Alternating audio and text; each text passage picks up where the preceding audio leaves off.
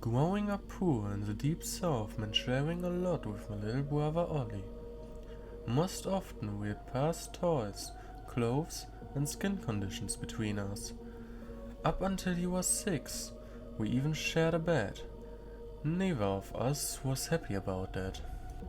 It was my 10th birthday when that changed. I got one present that year, and it was a bed of my own. Ollie was jealous right away, and I could understand why. He had to keep that half broken down frame with a worn out mattress.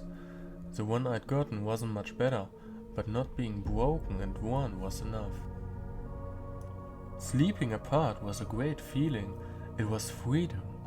No longer would I have to suffer the sudden and inexplicable kicks to the stomach.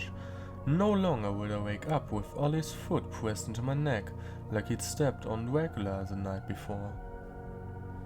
At least that's what I'd thought. Right away, right after I got the new bed, the shriek started.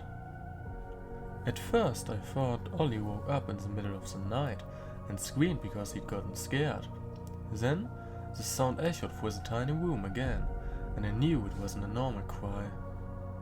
The room was always black as pitch after sunset. The one window we had was pressed against a long leaf pine, and even the biggest, brightest moon cast no light inside. The shriek just about drove me crazy. Every night, probably at the same exact time, the sharp yelps would knock me right out of my dreams. It wasn't my mom or dad yelling either. I knew what it sounded like. Believe me, most worrying of all was the fact that I could never tell where it was coming from. It seemed completely random. One night it would come from somewhere near the closet. The next it would shoot out from a corner of the ceiling. Any hope I'd have of having my own space would get dashed away every time, as Ollie would silently slip into my bed with me, shaking like crazy. He'd clasp onto me and wouldn't let go until it was almost daybreak.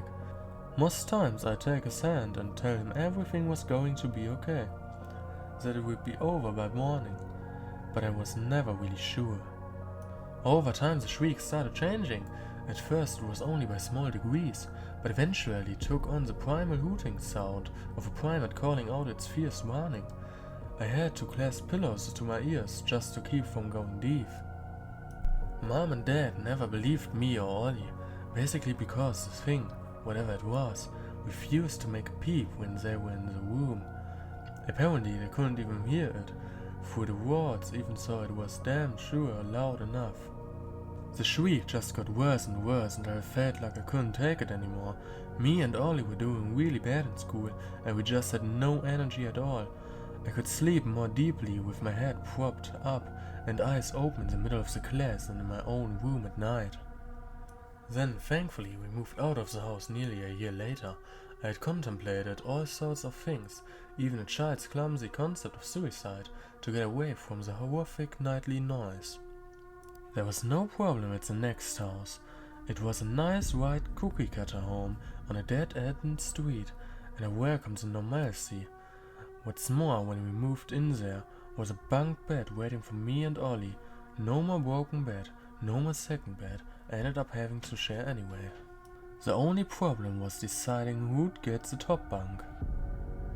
I told Ollie I deserved it.